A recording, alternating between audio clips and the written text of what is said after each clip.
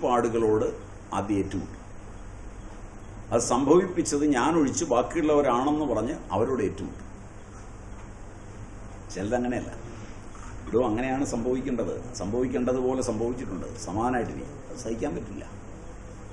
അവിടെ വെച്ച് പലരും പിരിഞ്ഞു പോകും. അതാദ്യം നമ്മുടെ മനസ്സിനെ സമാധാനിപ്പിക്കാൻ വേണ്ടി നമ്മൾ ചെയ്യുന്നത് അല്ല. ചില ആളുകൾ അങ്ങനെയാണ് അവരുടെ സ്വഭാവം. അവർ നേരത്തെ ഒന്നും ഫലത്തിൽ ചിന്തിച്ചിട്ടില്ല, കർമ്മത്തിൽ മാത്രമേ ചിന്തിച്ചിട്ടുള്ളൂ. ഫലം എങ്ങനെ വന്നാലും യാതൊരു ഭാവഭേദവും വരാത്തവർ.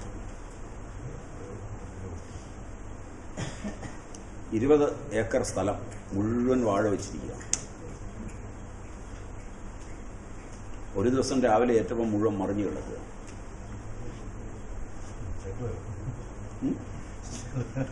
മറ്റേ ആള് ചെന്ന് പതുക്കെ അതെല്ലാം വെട്ടി, പതുക്കെ അതിൻ്റെ പോള കീറി ഉണങ്ങി എടുക്കാനാണെങ്കിൽ, അല്ലെങ്കിൽ അത് അരിച്ചെടുത്ത് അതിൻ്റെ നൂല് എടുക്കാനാണെങ്കിൽ അതിനൊരുങ്ങി അതേ കുഴിയെല്ലാം മാന്തി അതിൻ്റെ അപ്പുറത്ത് കുഴി കുത്തി കുഴിയിൽ വീണ്ടും വാഴ വെച്ചു.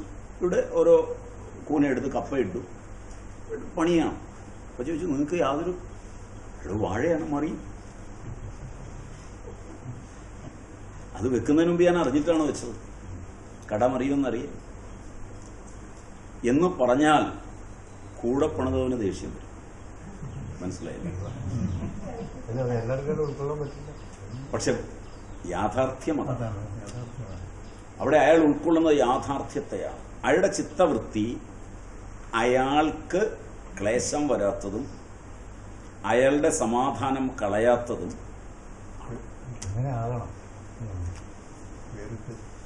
അവിടെയാണ് അതിൻ്റെ അതേ പ്രശ്നം കിടക്കുന്നത്. പക്ഷെ അങ്ങനൊരു മനസ്സ് രൂപപ്പെടുത്തുമ്പോൾ ഇത് മറിയുകയില്ല. അതാണ് നിങ്ങൾക്ക് ഉൾക്കൊള്ളാൻ പ്രയാസം വരുന്നത്. കാരണം ഇത് മറിയുന്നത് ഇയാൾ നേരത്തെ വിചാരിച്ചിട്ടുണ്ട്, ഇത് മറിഞ്ഞാൽ എന്താവും. അത് ഭാവനയെ കണ്ടിട്ടുണ്ട്. ഇത് മറിയുന്നതും മറിഞ്ഞാലുണ്ടാകുന്ന നഷ്ടവും ഒക്കെ അയാൾ നേരത്തെ കണ്ടിട്ടുണ്ട്. എപ്പോഴെങ്കിലും കാണാതെ അത് സംഭവിക്കില്ല. അവിടെയാണ് അതിൻ്റെ പ്രശ്നം കിടക്കുന്നത്. പഴയ ആളുകളെ നോക്കിയാൽ അറിയാം. പഴയ ആളുകൾ വിവാഹം കഴിക്കുന്നതിന് മുമ്പ് സങ്കല്പിക്കുന്നത് കുട്ടി ഉണ്ടാകാനാണ് വിവാഹം കഴിക്കുന്നത്. ജായാമേ സ്യാദഥ പ്രജാം പ്രജായേയ, കുട്ടിക്ക് വേണ്ടിയാണ് വിവാഹം കഴിക്കുന്നത്.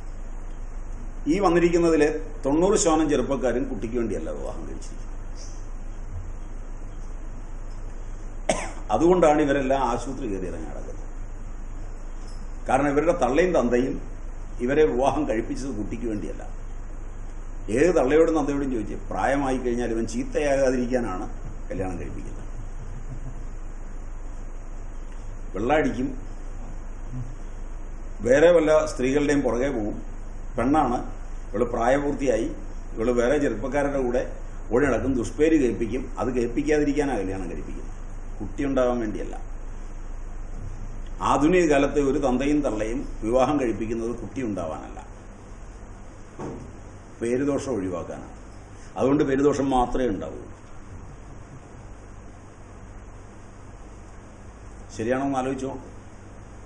പഴയ കാലത്താണെങ്കിൽ കുട്ടി ഉണ്ടാവാനാണ് വിവാഹം കഴിക്കുന്നത്. വിവാഹം കഴിച്ചു കഴിഞ്ഞാൽ കൂടിയാൽ ഒരു കൊല്ലം ഒരു 10-12 പിള്ളേരും ഉണ്ടാവും. ഇന്ന് കുട്ടിയേ ഉണ്ടാവില്ല. പിന്നെ മന്ത്രവാദം, ഗൂഢപത്രം, പിന്നെന്തുവാ, ആയുർവേദം, അലോപ്പതി, ഹോമിയോപ്പതി, സകല പൊതി ഇതൊക്കെ വരുന്നത് അതുകൊണ്ടാണ്. അപ്പൊ സങ്കല്പം അതാണ്, ചിത്തവൃത്തി അതാണ്. നിങ്ങളുടെ നഷ്ടങ്ങൾ, നിങ്ങളുടെ ലാഭങ്ങൾ, ഏറ്റക്കുറച്ചിലുകൾ, ഇതെല്ലാം ചിത്തവൃത്തിയിലാണ്.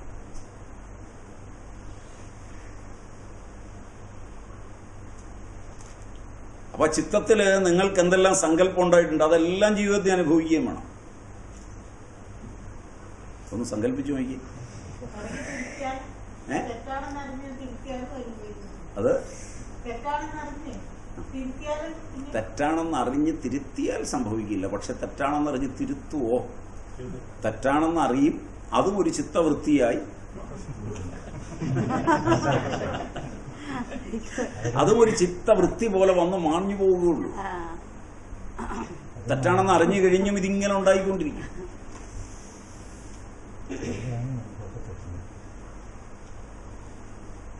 അനുസ്യൂതമായ വൃത്തിയാണ്. യോഗശാസ്ത്രത്തിന്റെ പ്രവൃത്തി എന്നത് ചിത്തവൃത്തി നിരോധമാണ്. അപ്പോ പ്രവൃത്തേഹ ശബ്ദാനാം അർത്ഥബോധന ശക്തേഹ നിമിത്തം പ്രയോജകം ഇത് യോഗശാസ്ത്ര. യോഗശാസ്ത്രത്തിന്റെ പ്രവൃത്തി നിവൃത്തി നിരോധത്തിലാണ്. അതുകൊണ്ട് യോഗശബ്ദത്തിന്റെ പ്രവൃത്തി ചിത്തവൃത്തി നിരോധമാണ്. വൃത്തയോഹോ ജ്ഞാനാന്യം ആത്മാശ്രയാണ്യത തന്നിരോധോ അപ്യാത്മാശ്രയ ഏവേതി യേ പശ്യന്തി തന്നിരാസായാഹ ചിത്തസ്യ ധർമ്മ ഇത് ചിത്തശബ്ദേ ന അന്ധഃകരണം ബുദ്ധിം ഉപലക്ഷയതി നഹി കൂടസ്ഥനിത്യ ചിതിശക്തിർ അപരിണാമിനി ജ്ഞാനധർമ്മ ഭവിതുമർഹതി ബുദ്ധി സ്തഭവേദ് ഇതി ഭാവഃ. ജ്ഞാനരൂപ വൃത്തികൾ, ആത്മാശ്രിതങ്ങൾ, ആത്മനിഷ്ഠങ്ങൾ ആണ്. നമ്മുടെ അറിവെല്ലാം ജ്ഞാനരൂപമായ എല്ലാ വൃത്തിയും ആത്മാശ്രിതമാണ്, ആത്മനിഷ്ഠമാണ്, ഉള്ളിൽ നിന്നാണ് വരുന്നത്. വാചസ്പതി മിശ്രൻ ഇത് വളരെ നന്നായി മനസ്സിലാക്കിയാണ് പറയുന്നത്. അതുകൊണ്ടാണ് അദ്ദേഹത്തിൻ്റെ വ്യാഖ്യാനത്തിലൂടെ പോകുമ്പോൾ ശ്രദ്ധിച്ച് പഠിച്ചാൽ ശരിക്കും നമുക്ക് നമ്മളെ പഠിക്കാം, നമ്മളെ കാണാം. വൃത്തി നിരോധവും ആത്മാശ്രിതമായി. എന്തുകൊണ്ടെന്നാൽ ജ്ഞാനാത്മക പ്രവൃത്തികളുടെ അസ്തിത്വവും അനസ്തിത്വവും ആത്മരൂപമായ അധികരണത്തിൽ അഥവാ അന്ധഃകരണത്തിൽ സംഭവമാണ്.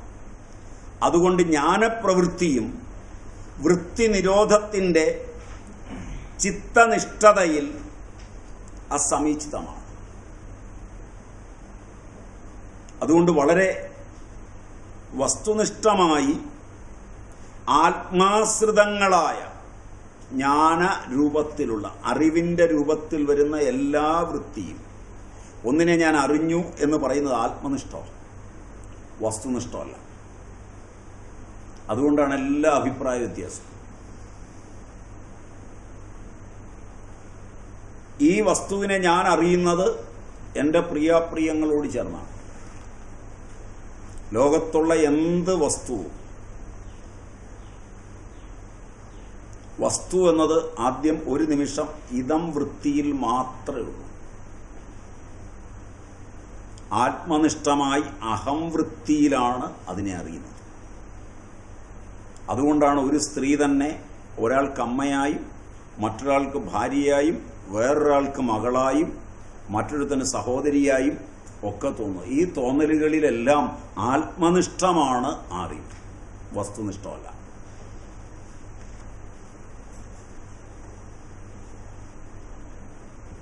ഒരറിവും വസ്തുനിഷ്ഠമല്ല. ജ്ഞാനവൃത്തിയാണ് അവിടെ ഉണ്ടാകുന്നത്, ജ്ഞാനരൂപവൃത്തി.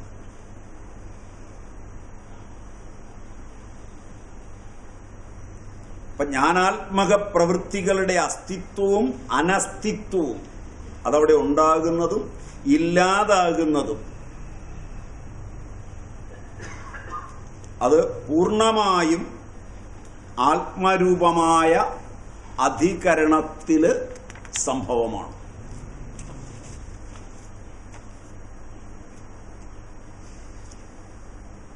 അതില് നൈയായികന്മാരുടെ ചിന്തയെ ഖണ്ഡിച്ചുകൊണ്ട് വ്യാസൻ ചിത്തസ്യ ധർമ്മ ഇതി എന്നാ പറയുന്നത്. അത് ചിത്തത്തിന്റെ ധർമ്മമാണ്, ചിത്തവൃത്തി ധർമ്മമാണ്, അന്ധക്കരണ ധർമ്മമാണ്, ആത്മാവിന്റെ ധർമ്മമല്ല. നൈയായികന്മാർ ആത്മാവിന്റെ ധർമ്മമെന്നാ പറയുന്നത്.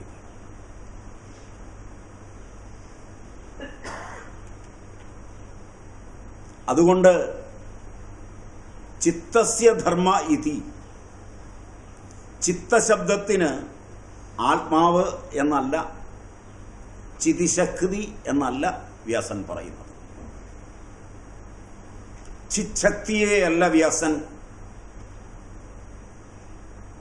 ചിത്തമെന്ന് പറഞ്ഞിരിക്കുന്നത്. അത് തമ്മിലുള്ള ഭേദം നല്ലപോലെ വരച്ചു കാണിക്കുന്നുണ്ട് വ്യാസൻ ഭാഷ്യത്തിൽ. ചിതിശക്തിയിലല്ല ഈ മാറ്റം നടക്കുന്നത്, കേവലമായ ആത്മാവിലല്ല, കൂടസ്ഥ ബുദ്ധിയിലല്ല, കൂടസ്ഥനായ സാക്ഷിയായ ബുദ്ധിയിലല്ല, അന്ധക്കരണരൂപി ബുദ്ധി എന്നാണ് വ്യാസൻ പറഞ്ഞിരിക്കുന്നത് എന്ന് ലക്ഷിതം. കൂടസ്ഥ നിത്യ അപരിണാമി ചിതിശക്തി ജ്ഞാനരൂപവൃത്തി അല്ല, അത് കേവലമാണ്. അതാണ് ഈ ശാസ്ത്രം പഠിക്കുമ്പോൾ ഓർക്കേണ്ടത്. മറ്റതാണെങ്കിൽ മാറ്റം വരുത്താനാവില്ല, അത് നിത്യമാണ്. അതുകൊണ്ട് യോഗശാസ്ത്രം കൊണ്ട് എങ്ങനെ മാറും? നിത്യപരിണാമിയായ ചിത്തവൃത്തി അത് അന്ധക്കരണത്തിലാണ് ഇങ്ങനെ ഉണ്ടായി മറയുന്നത്. അതൊരു നിമിഷം കണ്ണടച്ചൊന്നിരുന്ന് നോക്കിയാൽ മതി, പുറത്തല്ല ലോകം എന്ന് മനസ്സിലാവും. രാവിലെ എഴുന്നേറ്റ് പുറത്തെ ലോകമെല്ലാം ശരിയാക്കാനായിട്ട് പോവാണ്.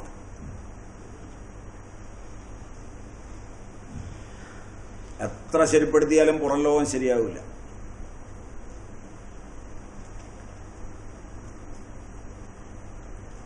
ആശ്രമങ്ങള്, സ്വാമിമാര്, ഇവരുടെയൊക്കെ വഴക്കൂത് തന്നെയാണ്.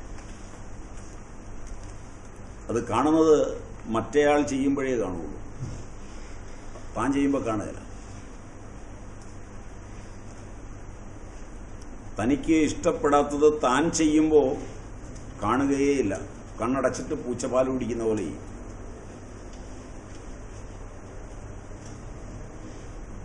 മറ്റൊരാൾ ചെയ്താൽ കൃത്യമായി കാണും.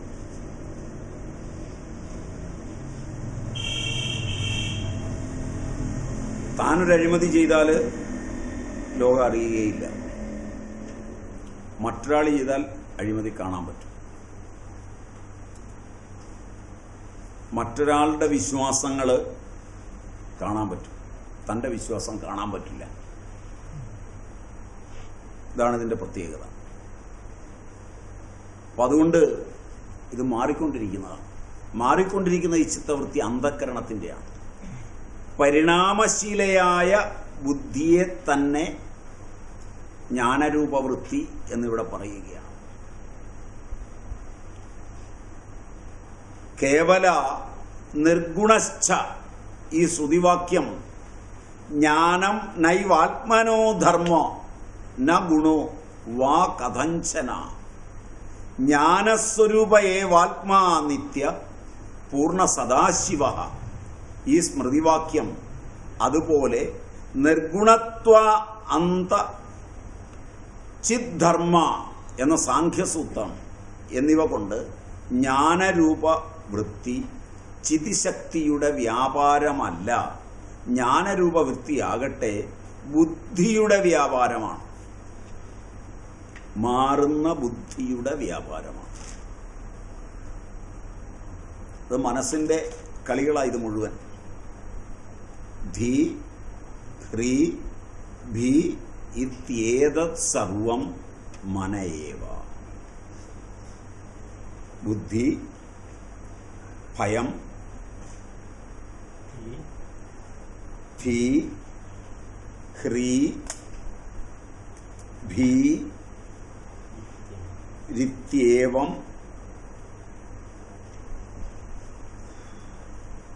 മനഃ. ഏതത് സർവം മനഃ, ഏതത് സർവം മനഃ, മന ഏവ, മന ഏവ, മനസ്സ് മാത്രമാണ്. അത് ശ്രുതിയാണ്. തത്കാര്യം ധർമാദിഹി എന്ന് സാഖ്യസൂത്രമുണ്ട്.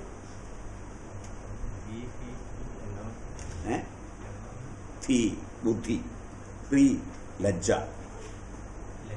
ലജ്ജ, ഹ്രീ, ഭീ ഭയം, ഇതി ഏതത് സർവം. ഈ കാണായതെല്ലാം മനസ്സു മാത്രമാണ്, അല്ലാതെ വേറെ സാധനമൊന്നുമല്ല. ഭയം ഉണ്ടാകുന്നത് ഒരു സാധനം കൊണ്ട് ഭയം ഉണ്ടാവില്ല.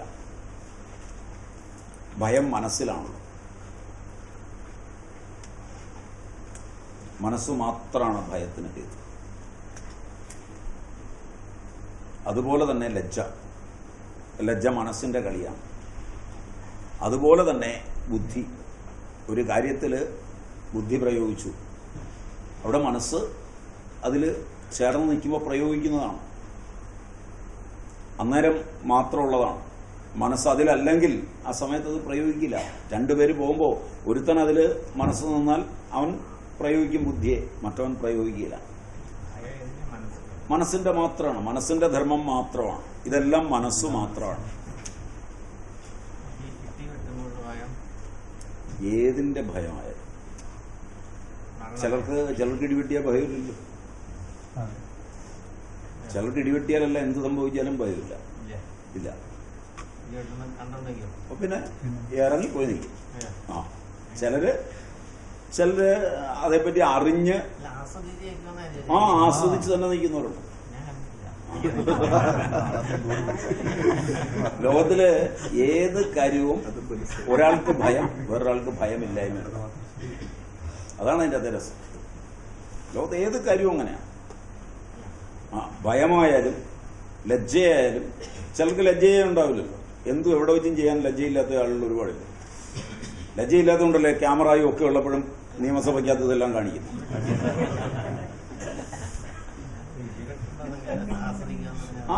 ഇടിവെട്ടുമ്പോഴല്ല, അതിലൊക്കെ അപ്പുറം തീക്കകത്ത് കയറി കളിക്കുന്നവരില്ലേ. അപ്പം മനസ്സാണ് ഭയത്തിന്റെ ഒക്കെ അടിസ്ഥാനം. മനസ്സിന്റെ ധർമ്മമാണ് ബുദ്ധി എന്ന് പറയുന്നത്. മനസ്സിന്റെ ഈ ധർമ്മത്തിനനുസരിച്ച് ചെയ്യുന്ന ആ ക്രിയയെയാണ് ബുദ്ധി എന്ന് നമ്മൾ ഇവിടെ വിവക്ഷിക്കുന്നത്. അപ്പോൾ ബുദ്ധിയുടെ ധർമ്മമാണ് അറിവ്, ജ്ഞാനം. അപ്പോൾ ഒന്നിനെക്കുറിച്ചുള്ള അറിവുണ്ടാക്കുന്നത് ഈ മനസ്സുമായി ചേർന്ന് നിന്നിട്ടാണ് അത് ഉണ്ടാക്കുന്നത്, അല്ലാതെ ആത്മധർമ്മമല്ല. നമുക്കിവിടെ വേണ്ടതാണ് ആത്മധർമ്മമല്ല. അതുകൊണ്ട് തന്നെ ഇത് മാറ്റാവുന്നതാണ്. സാധന കൊണ്ട്, പരിശീലനം കൊണ്ട് മാറ്റാവുന്നതാണ്. അവിടെയാണ് യോഗത്തിന്റെ പ്രയോജനം വരുന്നത്. യഥാർത്ഥമായിട്ടുള്ള തിരിച്ചറിവല്ലാതെ വരുന്നത് യാഥാർത്ഥ്യത്തെ അത് തിരിച്ചറിഞ്ഞ് അറിയാതെ വന്നിട്ടാണ് ഇതിനകത്ത് നിന്ന് ചാടുന്നത്. അപ്പൊ യാഥാർത്ഥ്യം അറിഞ്ഞാൽ അതിൽ നിന്ന് മാറാം, മാമിഥ്യയിൽ നിന്ന് മാറാം. അപ്പൊ അവിടെ സാഖ്യസൂത്രമനുസരിച്ച് അധ്യവസായോ ബുദ്ധിർ ധർമ്മോ ജ്ഞാനം വിരാഗ ഐശ്വര്യം. ഇത് സാഖ്യകാരികയിൽ പറയുന്നതാണ്. കാരിക, സാഖ്യകാരിക അല്ല. ഈ അതായത് നേരത്തെ പറഞ്ഞത് തത്കാര്യം ധർമാഭിഹി, അത് സാഖ്യസൂത്രമാണ്. ധർമാദിഹി, അതിനെ സാഖ്യകാരികാകാരൻ ഈശ്വരകൃഷ്ണനാണെന്നാണ് എൻ്റെ ഓർമ്മ. അധ്യവസായോ ബുദ്ധിർ ധർമ്മോ ജ്ഞാനം വിരാഗ ഐശ്വരം. സാഖ്യകാരികയെ പറയുന്നതാണ്.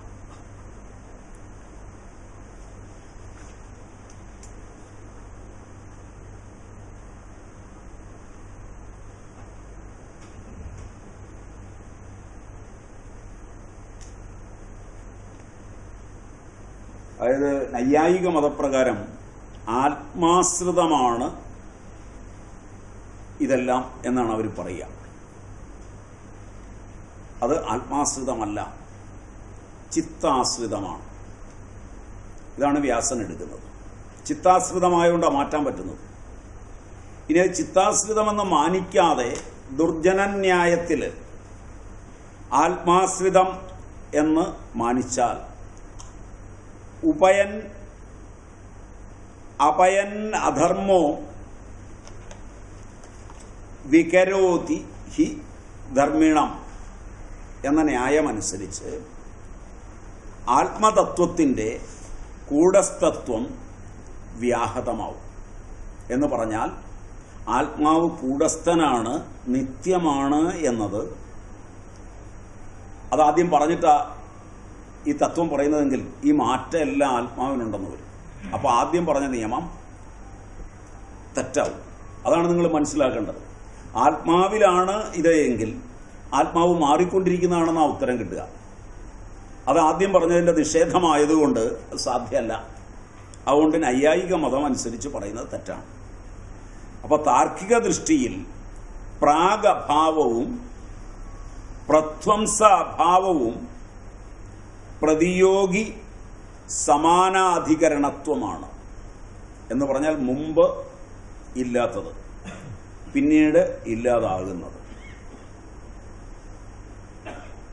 അത് രണ്ടും ആയത് ആത്മാവിന് ചേരില്ല. അതാണ് പ്രാഗഭാവവും പ്രധ്വംസ അഭാവവും. പിന്നീട് അതുകൊണ്ടാണ് വ്യാസൻ അവിടെ സാർവഭൗമ ശബ്ദം തന്നെ ഉപയോഗിക്കുന്നത്. സ്യാദേതത് സാർവഭൗമ ചേദ്യോ ഹോ ഹന്തഭോ ക്ഷിപ്ത മൂഢ വിക്ഷിപ്ത അഭി ചിത്തഭൂമയഃ അസ്തി ച പരസ്പരാപേക്ഷയാ വൃത്തിനിരോധോ അപ്യാസ്വിതത്രാപി യോഗത്വപ്രസംഗ ഇത്യാശങ്ക്യ ഹേയോപാദേയ ഭൂമിരൂപ ന്യസ്യതി ക്ഷിപ്തമിത്യാദിക്ഷിപ്തം സദൈവ രജസ തേഷു തേഷു വിഷയേഷു ക്ഷിപ്യമാണമത്യന്ത സ്ഥിരം മൂഢം തു തമഃ സമുദ്രേകാൻ നിദ്രാവൃത്തിമത് ക്ഷിപ്താദ്വിശിഷ്ടം വിക്ഷിപ്തം വിശേഷോ അസ്തേമ ബഹുലസ്യ കാദാചിൽക്കഃ സ്തേമാസ ചാസ്യ സ്ഥേ ബഹുലത സംസിദ്ധിം വക്ഷ്യമാണ വ്യാധി സ്ത്യാന അന്തരായ ജനിതാവ ഏകാഗ്രമേകദാനം നിരുദ്ധ സകലവൃത്തികം സംസ്കാരമാത്രശേഷം ചിത്തം നിരുദ്ധം. വളരെ അടുക്കില പറഞ്ഞ ക്ഷിപ്തം വിക്ഷിപ്തം ക്ഷിപ്തം മൂഢം വിക്ഷിപ്തം ഏകാഗ്രത നിരുദ്ധം. അതിൽ നിരുദ്ധമാണ് യോഗം.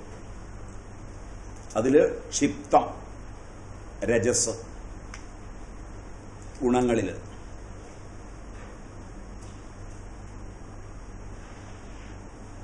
തന്നെ മൂഢം തമസ്,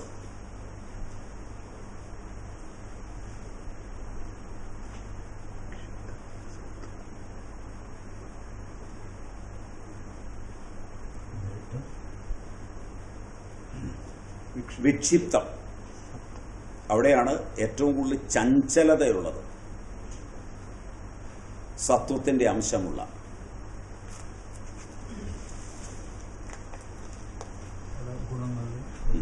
ഗുണം സത്വം. തന്നെ ഏകാഗ്രത, ഏകതാനത.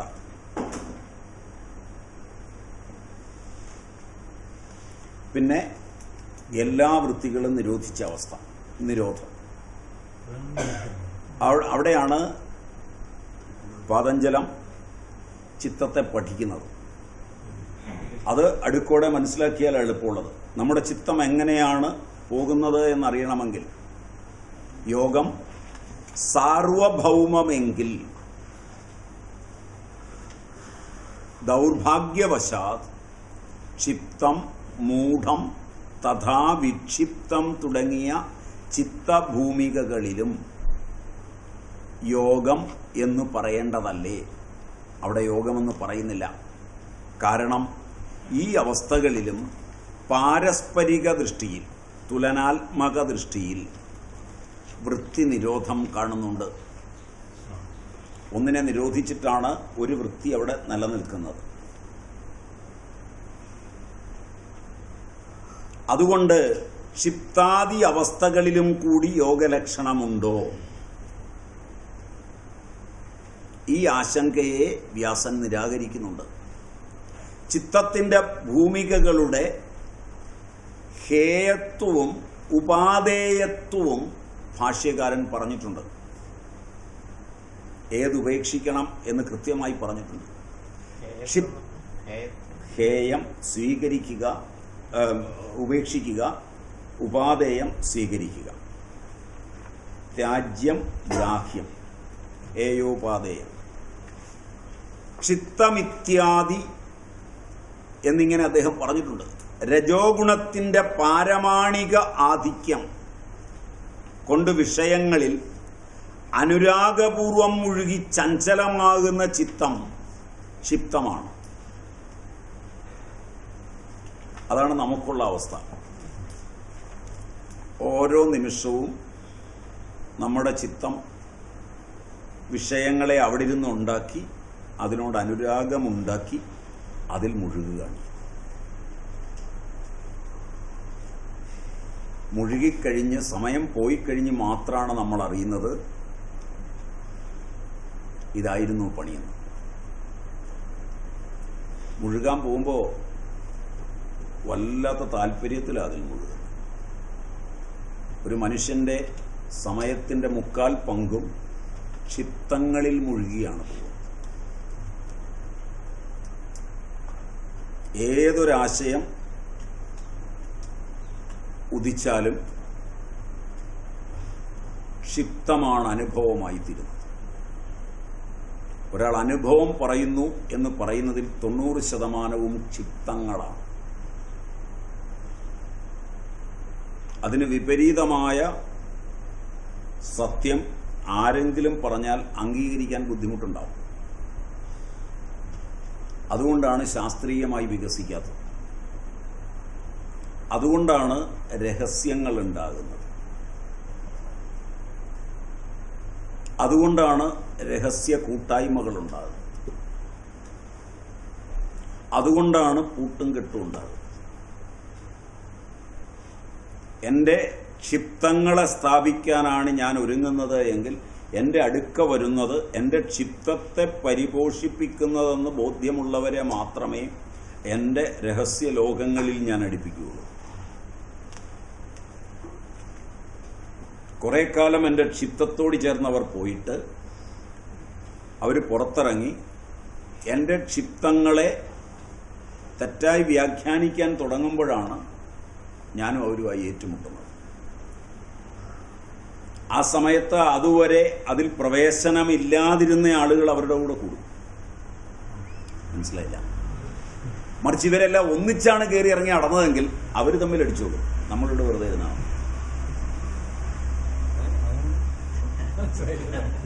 ഒരു കാര്യം കാണുകയും ചെയ്യുമ്പോൾ എന്റെ മനസ്സിൽ തോന്നുന്ന ബോധമാണ് എന്ന് പറയുന്നത്. ക്ഷിപ്തം എന്ന് പറയുന്നത് അനുരാഗപൂർവം നമ്മളുടെ ചിത്തത്തിന്റെ ഒരു വൃത്തിയെ താലോലിക്കുന്നതാണ് ക്ഷിപ്തം. നമുക്ക് ആ ചിത്തവൃത്തിയോട് അനുരാഗം തോന്നുമ്പോൾ അതിനെ താലോലിച്ച് ഇങ്ങനെ ഒരു ലോകമുണ്ട്. അപ്പം ഞാൻ വൈദ്യശാസ്ത്ര സംബന്ധമായി മരുന്ന് കൊടുക്കുകയാണ്. അതിൽ മരുന്നുകൊണ്ട് എല്ലാവരുടെയും മാറും. ഇതെൻ്റെ ചിത്തവൃത്തിയായിട്ട് അനുരാഗപൂർവ്വം നിൽക്കുകയാണ്. ഒരാൾക്ക് മാറിയില്ല. അപ്പം മാറാതിരിക്കുന്നതിൻ്റെ കാരണം എൻ്റെ അല്ല, അതിന് അനുഗുണമായ ക്ഷിപ്തങ്ങൾ